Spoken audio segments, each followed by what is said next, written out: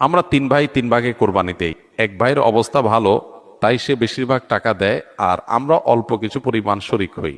তাহলে কি আমাদের কোরবানি আদায় হবে কিনা? এটা একটা গুরুত্বপূর্ণ প্রশ্ন। কোরবানি দেওয়ার ক্ষেত্রে বিশেষ করে যখন ভাই ব্রাদাররা মিলে কোরবানি দেন, তখন এরকম পরিস্থিতি তৈরি হয়। একটা গরুর দাম ধরেন 70,000 টাকা। তো এক ভাই, তার উপার্জন অনেক কম, সেজন্য সে 5,000 টাকা দিস, আর বাকি টাকা যেটা আছে সেটা হয়তো বাকি ভাইরা দিস। কোরবানি হবে কিনা? উত্তর হলো কারোর কোরবানি হবে না। কোরবানিতে যে কোনো একটা পূর্ণ অংশ নিতে হবে, 7 ভাগের একটা পরিপূর্ণ অংশ, 7 ভাগের 1 ভাগ, 7 ভাগের 2 ভাগ, 3 ভাগ, 4 ভাগ, সর্বনিম্ন 1 ভাগ নিতে হবে। ভগ্নাংশ নেওয়া যাবে না, অর্থাৎ 1 ভাগেরও অর্ধেক নেওয়া যাবে না। 2 ভাই মিলে 1 ভাগ নিছে, হবে না, তখন সেটা গোস্ত খাওয়া হবে। পশু জবাই হয়ে গেছে সহি পদ্ধতিতে, গোস্ত খাওয়া হবে, কিন্তু কোরবানি হবে না। কোরবানি বিশুদ্ধ হইতে হলে প্রত্যেককে পূর্ণাঙ্গ একটা ভাগ নিতে হবে। হ্যাঁ, এখন এমন হতে পারে যে এক ভাইকে আল্লাহ আর্থিক সচ্ছলতা দিয়েছেন, বাকিদেরকে দেন নাই, তো কি হবে?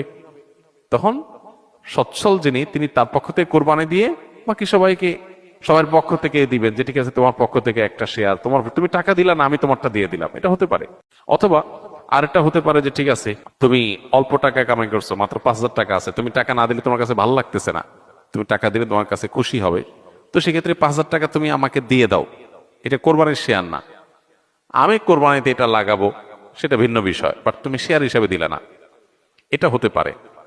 প্রবাসীরা অনেকে একটা কাজ করে, বিশেষ করে মিডিল ইস্টে যারা থাকে, অনেক প্রবাসীরা কোরবানি ঈদের দিন নিজেরা একটা ছাগল জবাই করে। তো রুমে 5 জন থাকে, এখন 5 জন মিলে একটা ছাগল জবাই করলে ওই ছাগলের টাকা তারা ভাগ করে। এই যে এক ছাগলে কয়জন শরিক হইতে পারবে, কয়জন কোরবানি দিতে পারবে?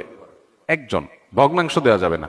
তাহলে একজন কোরবানি দিলে রুমের যে কোনো একজন কোরবানি দিবে, তো বাকি 4 জন তারা কি বসে বসে খাবে? গোষ্ঠ তো সবাই খাবে। তো এই জন্য তারা 5 জন মিলে ভাগ করে টাকা দেয়। এখানে কারোরই আসলে কোরবানি হবে না। জবাই করা হবে, পশুর গোশত খাওয়া হালাল হবে, কিন্তু কোরবানি হবে না।